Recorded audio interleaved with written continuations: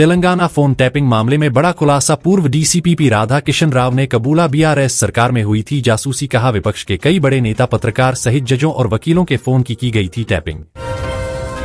मुख्यमंत्री अरविंद केजरीवाल की अंतरिम जमानत बढ़ाने की याचिका नामंजूर। केजरीवाल ने सुप्रीम कोर्ट से मांगी थी 7 दिन की मोहलत।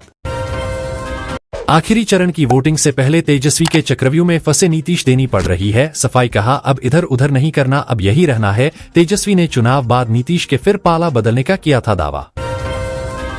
उड़ीसा में चुनाव आयोग का बड़ा एक्शन। चुनाव के संचालन में अनुचित हस्तक्षेप करने के लिए आयोग ने मुख्यमंत्री कार्यालय में कार्यरत वरिष्ठ आईपीएस ऑफिसर डीएस कट्टे को किया निलंबित। विज्ञापन पर टीएमसी ने बीजेपी समेत चुनाव आयोग को भेजा अमानना नोटिस। कलकत्ता हाई कोर्ट के आदेश का बताया उल्लंघन। हाई कोर्ट ने विज्ञापन पर लगाई थी रोक। पुणे पोर्श केस में जुवेनाइल बोर्ड मेंबर्स के खिलाफ होगी जांच। महाराष्ट्र सरकार ने बनाई कमेटी। जुमनाल कोर्ट ने नाबालिग आरोपी को निबंध लिखने की सजा देकर छोड़ा था।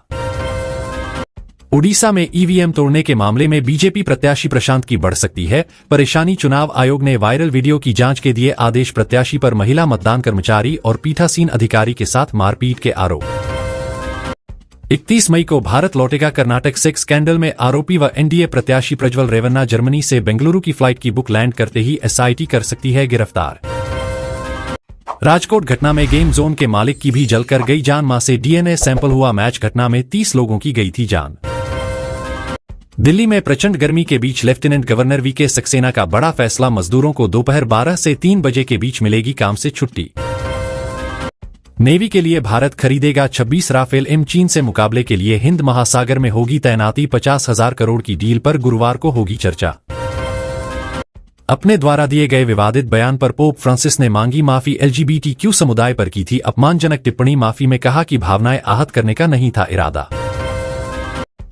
यूक्रेन का समर्थन करने वाले देशों को पुतिन की चेतावनी। कहा जिस देश के हथियार से होगा रूस परिवार उसे भुगतने होंगे गंभीर परिणाम। ब्रिटिश सरकार के पूर्व चीफ साइंटिफिक सलाहकार का दावा। बोले फिर आ सकती है कोरोना जैसी महामारी। बताया इससे लड़ने के लिए तैयार नहीं है दुनिया। आपसी सहयोग बढ़ाने के लिए समझौतों को अंतिम रूप देंगे भारत और सिंगापुर। मजबूत होंगे दोनों देशों के रणनीतिक संबंध। राजनयिक सूत्रों से आई खबर।